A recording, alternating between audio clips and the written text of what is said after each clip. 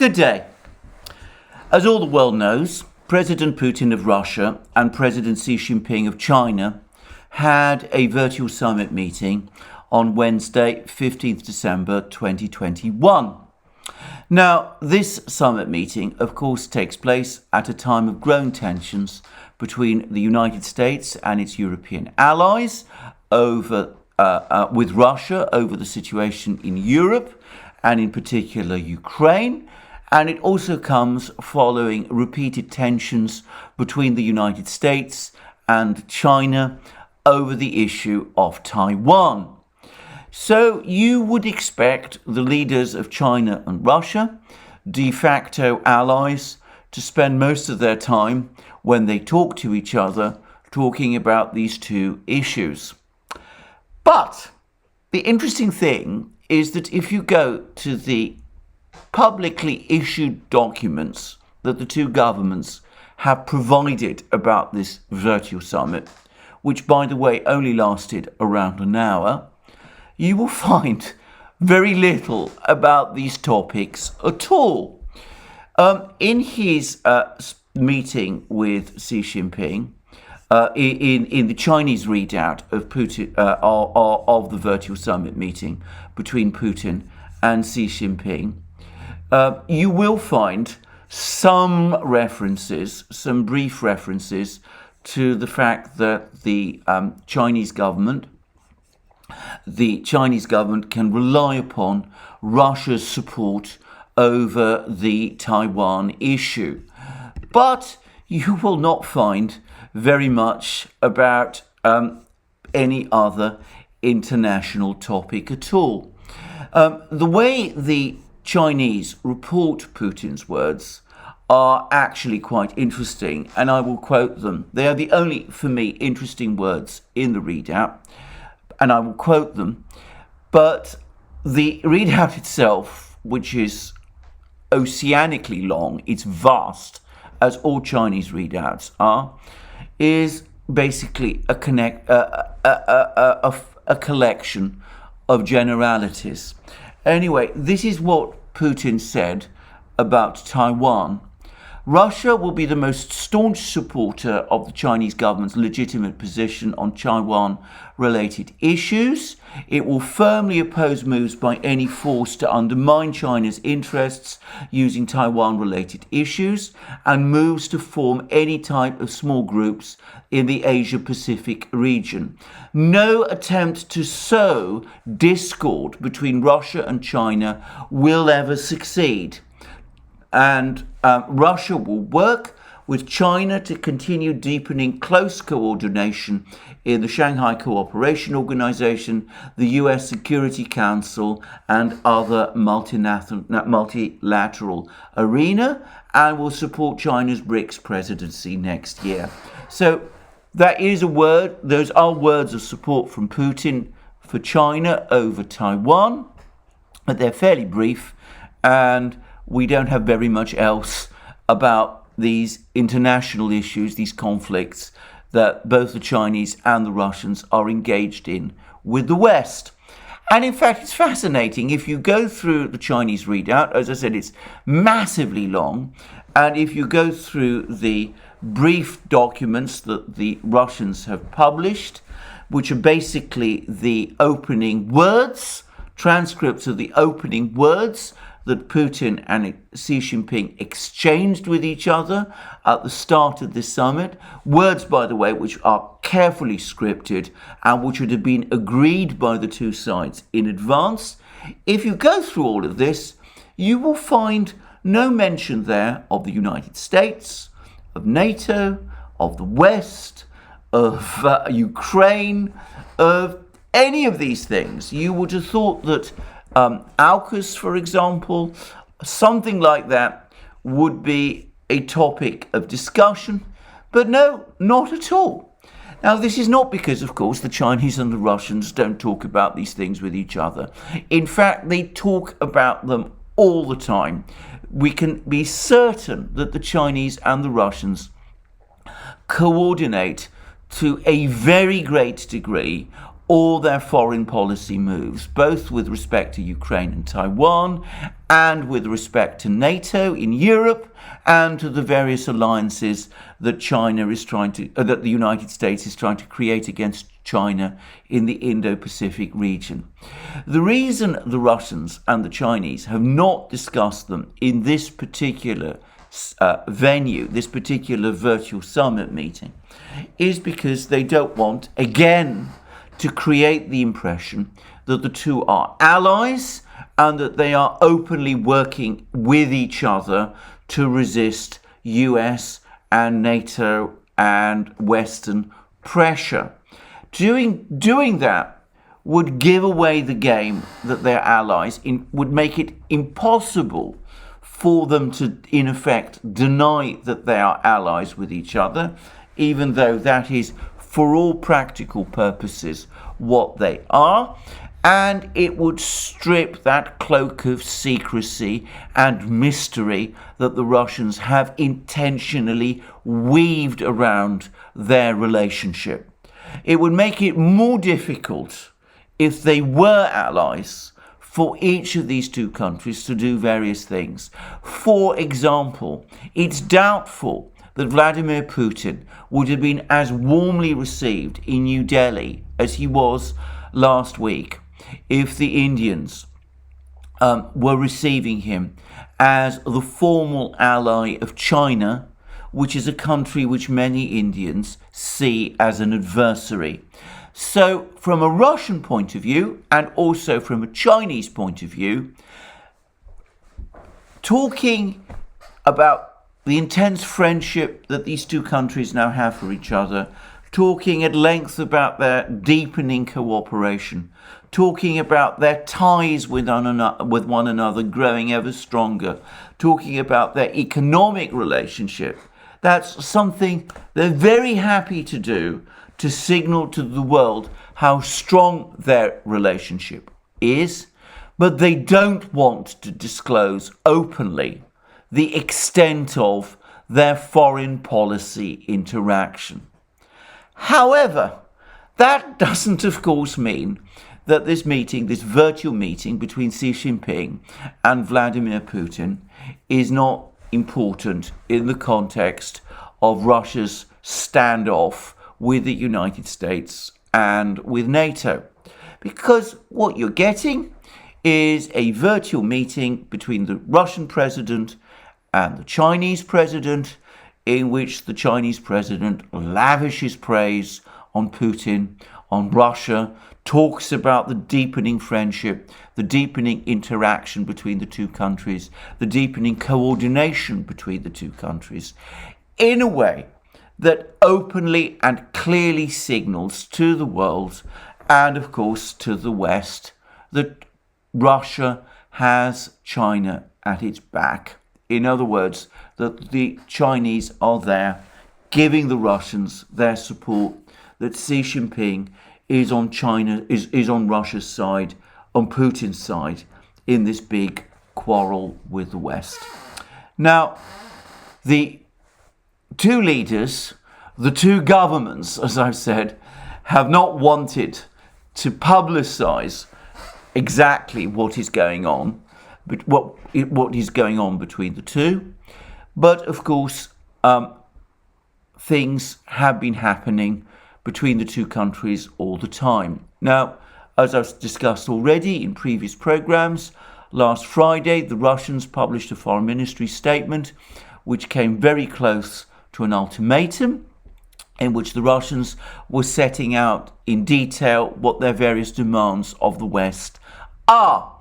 And there's no doubt at all, to my mind, that the Russians will have passed this by Beijing and will have gained any Chinese comments and probably Chinese support for it in advance. And we've heard since the virtual summit between Xi and Putin took place that the Chinese and the Russians are working away at interconnecting their interbank messaging and payment systems, and indeed to a great extent merging and uniting their financial systems, but we've known about that for a long time. And of course, they're now saying quite openly that this is in order to make both countries more resistant to sanctions pressure. So we know that this sort of thing has been going on. This is not new information, but it's useful, obviously, especially for the Russians at this time, to highlight the fact that talks like this are taking place. But inevitably, the clearest statement about what is going on has been made informally. And it's been made informally by the Chinese. And it's been done in the format of a editorial in where else? Global Times, that English language, though it's also published in Mandarin now, that newspaper owned by the People's Daily, the official newspaper of the Chinese Communist Party, which is increasingly used by the Chinese government to set out its opinions about international relations. And I will now read that editorial because, as I said, it sets out the true Chinese position with respect to Russia and its standoff in the West far more clearly than any of the documents that have been published by the Chinese and the Russians since that virtual summit meeting between Putin and Xi. And it reads as follows: US should learn to respect core interests of China, Russia. And the editorial then goes on to say the following. President Xi Jinping met with Russian President Vladimir Putin via video link on Wednesday afternoon. This is the second time this year that the two leaders held a virtual summit and the 37th time since 2013. From January to November this year, bilateral trade reached more than 843 billion yuan, $132 billion, which is a 24% spike and exceeded trade last year. The prospects of bilateral economic cooperation are encouraging. The two leaders talked about a wide spectrum of topics and both expressed satisfaction with the development of China-Russia ties.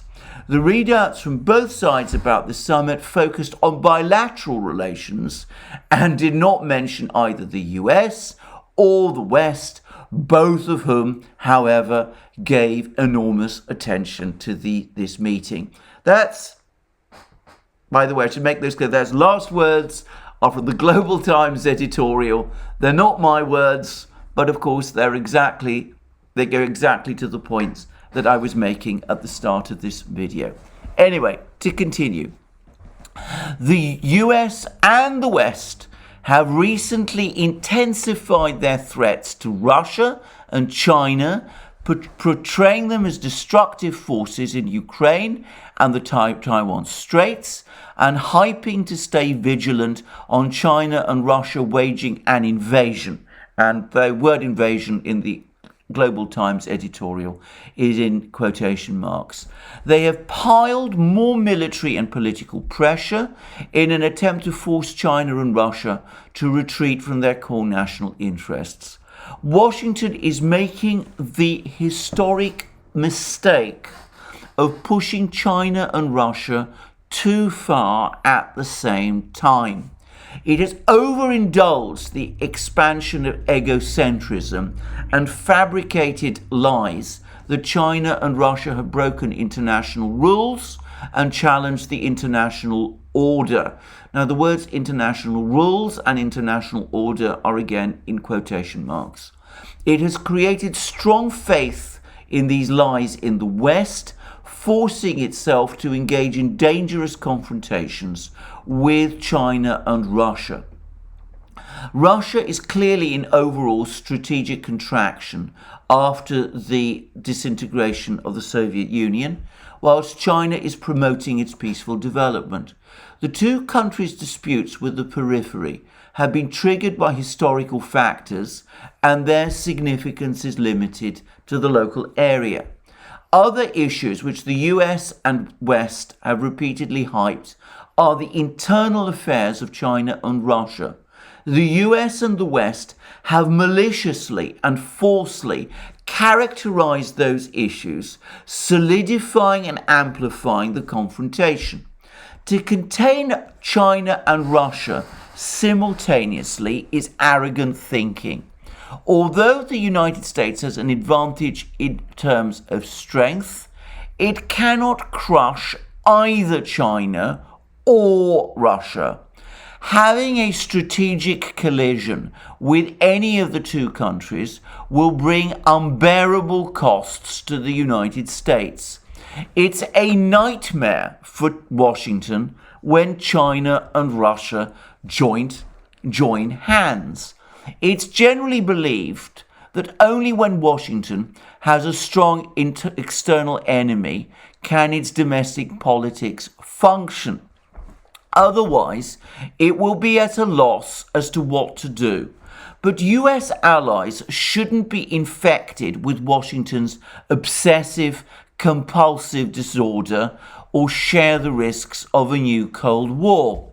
We must warn individual forces that they are playing with fire when they completely obey the US order or even rely on US power to provoke China and Russia without a bottom line. Now that's a clear warning to the Europeans. To continue, they'd better not misunderstand the US commitment to protection. Should they cross the red line, note the use of the word red line, punishment will be inevitable whether they are US allies or not. And that's, again, clearly a direct warning to Ukraine. After a shameful escape from Afghanistan, the US has been threatening China and Russia over the situation in the Taiwan Straits and Ukraine. However, since the US has never pledged it would send troops in case of a war, those forces provoking China and Russia should be clear that Washington is pushing them to the front line, whilst US troops have no intention to stand with them when a war breaks out. Now that's a warning to Taiwan, but of course it's also a warning to Ukraine. China and Russia have prioritized peaceful development in their national strategies and wish to avoid conflict. The fundamental reason why the US and the West think that China and Russia are trying to start a war is that they have pushed them so hard that both countries have to make some response and resistance, regarded by the West as a risky provocation. It is time for the US and the West to try to step back and meet a broad world. Threatening and coercing a major power is a bad choice. It is especially unwise when doing so against two major powers. Washington should learn to respect the core interests of the other major powers. The world superpower should not be obsessed with sheer strength and think it can do anything. This is the key element Washington is required to have, and this affects world peace. So there we are. Putin and Xi meet. They have a friendly meeting. They discuss the deepening cooperation between the two. And then we have the follow-up editorial from Global Times warning Ukraine against pushing its luck in the Donbass, warning the West against testing red lines, be they Chinese red lines over Taiwan and the South China Sea, or Russian red lines over the eastward expansion of NATO, or the situation in the Donbass with respect to Ukraine, and making it absolutely clear that Russia has China's backing, just as China has Russia's backing, as, by the way, the Chinese readout made clear in the words Putin is reported to have said to Xi Jinping. And we note again, especially those words in the Chinese readout: threatening and coercing a major power is a bad choice.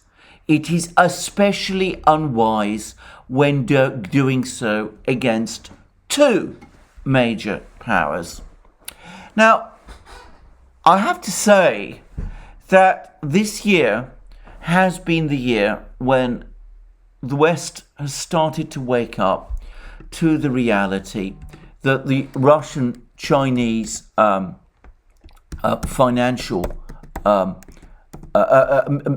de facto alliance is a reality and is beginning to have increasing effect. It's taken an incredibly long time. I remember reading in March a long, massive discussion by a man called Gubayev at the Carnegie Endowment, in which he spoke at enormous length about how the Western powers, until fairly recently, had been in total denial about the way in which the relationship between China and Russia was evolving and how dangerous this was becoming for the West.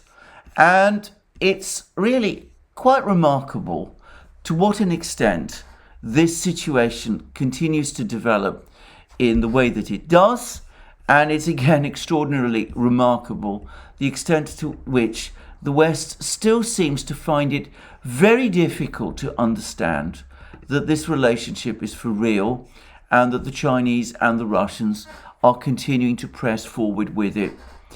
Anyway, this long article by Mr. Gubayev, which was published by the Moscow Carnegie Center, said that way back in 2014, 2015, at a time when the West started to roll out its sanctions against Russia, the Western powers, Western officials, Western diplomats scoffed at the possibility that there could be any kind of Chinese-Russian alliance against the West. And now they're starting to become increasingly alarmed at the possibility. And he referenced in particular a speech that the German foreign minister, the former German foreign minister, the foreign minister of the outgoing German government, though he's also, by the way, a member of the new government that's been formed in Germany now, Heiko Maas, he went out of his way to tell the Bundestag that pushing Russia too hard would simply drive it into the arms of China, and this would be bad for the West. And we see how this is continuing to happen. We see how Western powers, despite having that realization, despite understanding, despite grasping the fact that coercing Russia, that pushing Russia in this way is actually increasing Chinese power, despite Western recognition of this, there doesn't seem to be any ability on the part of the West to reverse course. Whenever this topic gets discussed, of making concessions to Russia to try to create some kind of distance between Russia and China, that doesn't seem to have any practical effect. You get instead the hardliners, people like Jens Stoltenberg, the NATO Secretary General, and the Polish and Baltic governments, and the neocons in the United States, all bitterly complaining and talking about how how concessions to Russia in this kind of situation are in effect comparable to the concessions the West made at the Munich conference back in 1938 and all that sort of thing. Anyway, regardless of that, the Chinese-Russian de facto alliance remains solid. It's getting stronger all the time. And the Western powers, it seems, are working overtime to make it still stronger. And we see Global Times telling us the fact quite openly and warning the West quite openly that in Global Times' words, coercing a major power is a bad choice. It is especially unwise when doing so against two major powers. But that seems to be what the Western powers, what the so-called collective West is still determined to do. As I've said so many times on these programs, what those whom the gods destroy, they first make mad. Thank you very much for joining me again on this program. I look forward to you joining me again in future programs, both on this channel and on our main channel, the Duran. Please also remember to join us on Locals, where we now have a thriving community. And please also look us up on our other platforms, BitChute, Library, Rumble, ODYSEE, SuperU, and all the rest. Lastly, you can support us via Patreon and Subscribestar, and by going to our shop, where you can buy our amazing merchandise, including our new Good Day Magic mug. And of course, please remember to tick the like button to this video and to check your subscription to this channel. Thank you for joining me again today. I look forward to you joining me again soon on future and for further programs, and have a wonderful day until then.